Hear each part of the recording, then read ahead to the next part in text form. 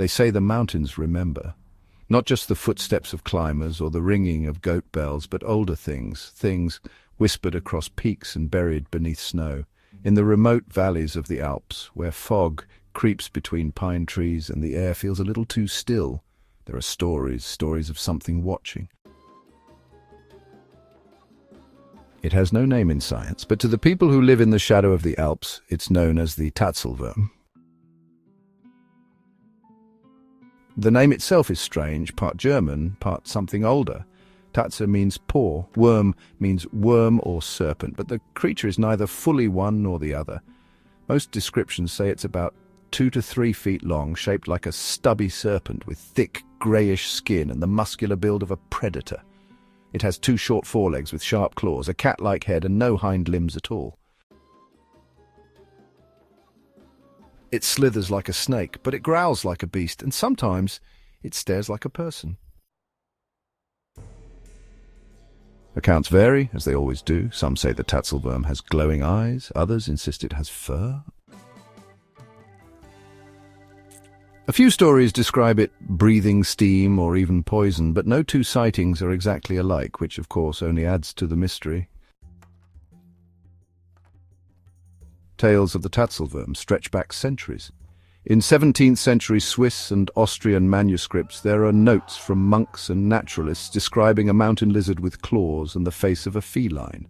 Shepherds in Bavaria passed down stories of the Stollenworm, a creature that dug into hillsides and hissed when disturbed.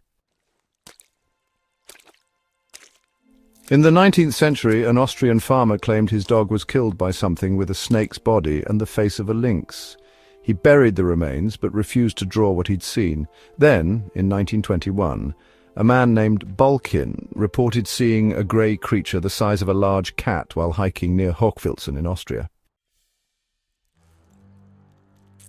It had no legs, but it reared up like a cobra and lunged at him, then vanished into the underbrush. No footprints, no sound.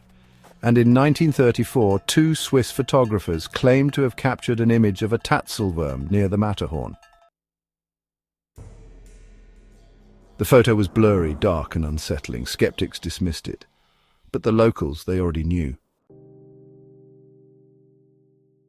The Tatzelwurm isn't famous like the Loch Ness Monster. It doesn't get documentaries or plush toys.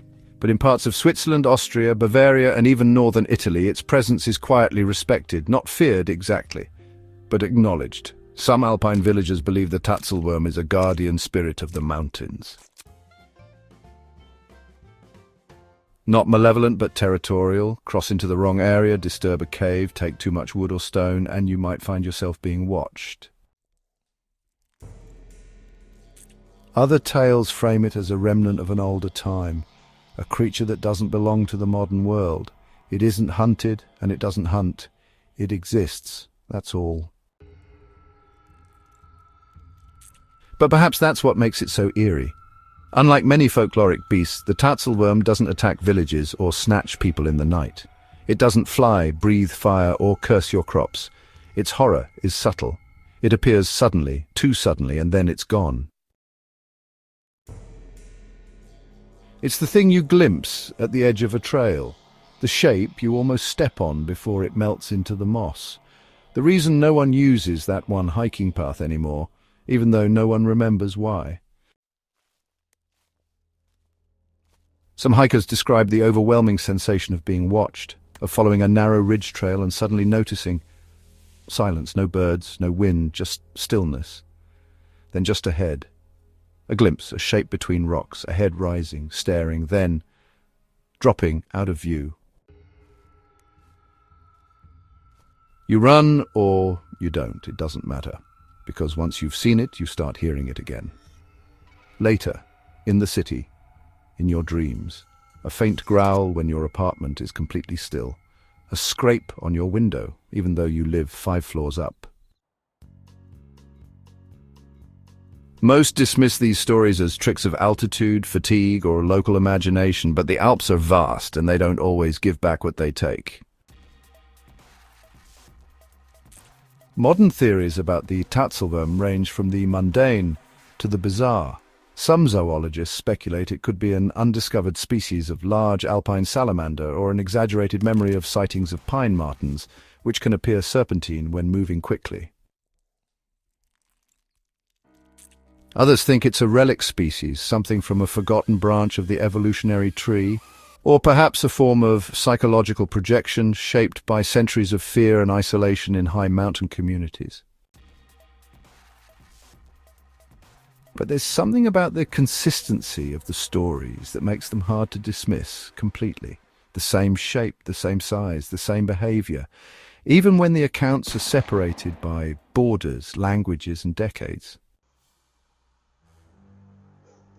In some versions of the tale, the Tatzelwurm is said to appear only to those who disrespect the land, those who litter, hunt too much, or speak cruelly in the wild. Others believe it guards something, a spring, a cave, or an ancient path once used by travelers, long gone. And there's one old belief, barely whispered now, that the Tatzelwurm appears only when the mountains themselves are grieving, after avalanches, after floods, after storms. As if it is not just a beast but a symptom of imbalance, of trespass, of forgetting that nature watches. So if you find yourself hiking in the Alps, especially alone, be mindful. Take nothing you don't need, speak softly. And if you feel that sudden drop in temperature, that stillness, that weightless silence, don't look behind you, because the Tatzelwurm doesn't chase, it waits. Have you ever heard of the Tatzelwurm before? Do you think something like this could be hiding in the untouched corners of the world? Let us know in the comments. And if you enjoy strange legends, quiet monsters, and the mysteries nature still holds, don't forget to like, subscribe, and ring the bell. Until next time, stay on the path. And remember, some eyes don't blink, they only watch.